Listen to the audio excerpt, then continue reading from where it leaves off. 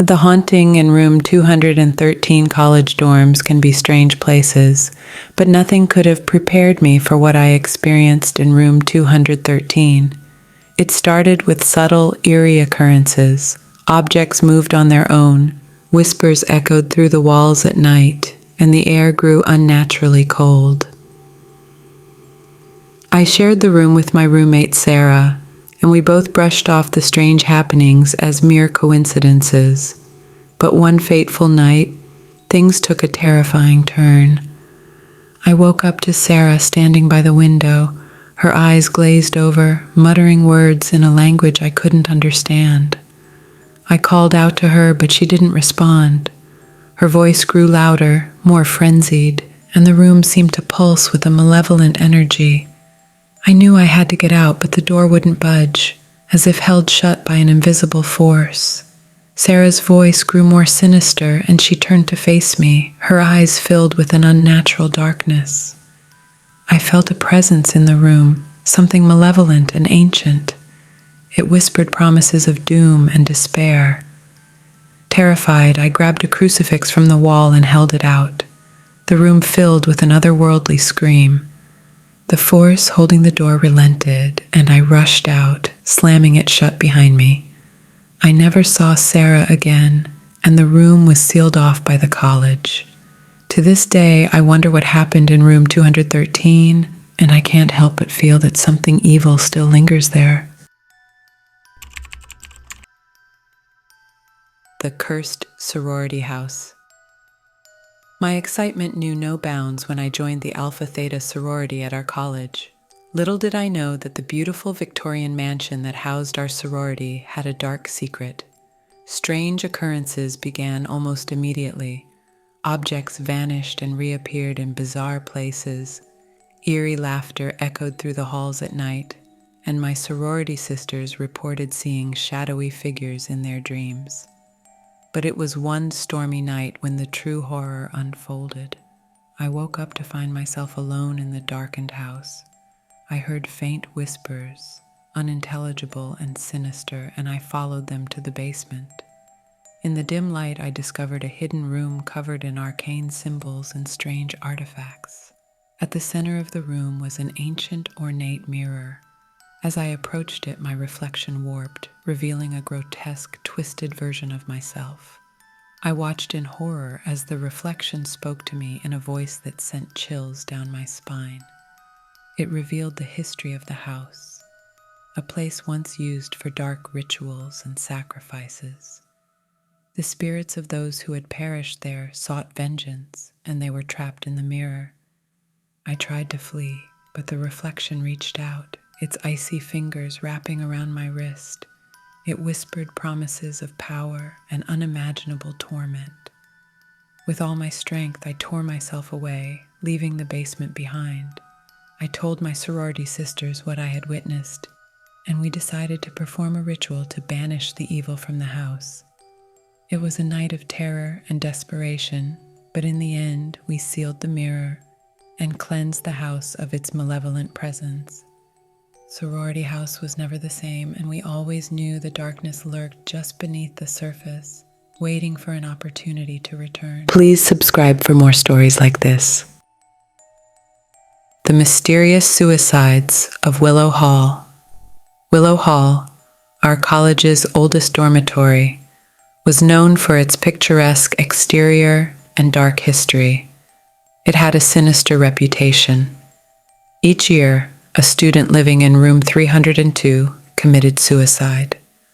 I had the misfortune of being assigned to room 302, and I couldn't help but feel a sense of unease as I settled in. Strange occurrences began almost immediately, whispers in the dead of night, shadows that moved on their own, and a feeling of being watched. One night I woke to find the room shrouded in darkness, even though the lights were on. A chilling presence filled the air, and I felt an invisible force pressing down on my chest. I couldn't move, couldn't breathe. I saw a figure at the foot of my bed, a shadowy figure with hollow eyes. It whispered in a voice that seemed to come from the depths of hell, promising to claim my soul.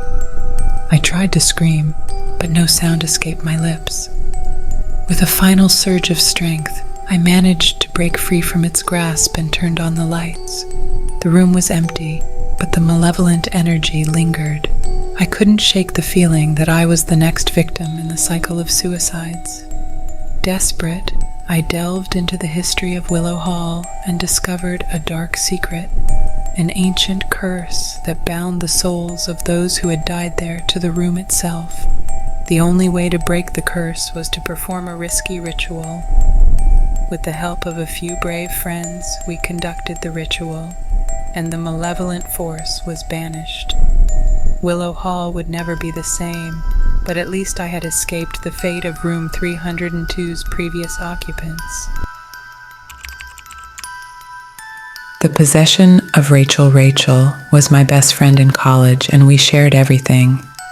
But as the semester progressed, I noticed something was terribly wrong.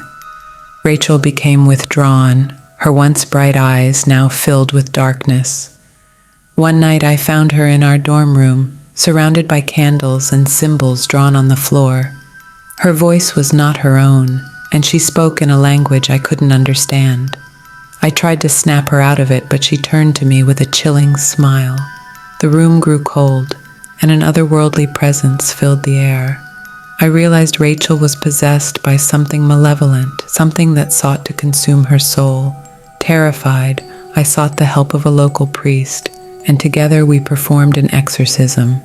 It was a night of terror and despair as Rachel's possessed form twisted and contorted. But in the end, the entity was banished, and Rachel was free.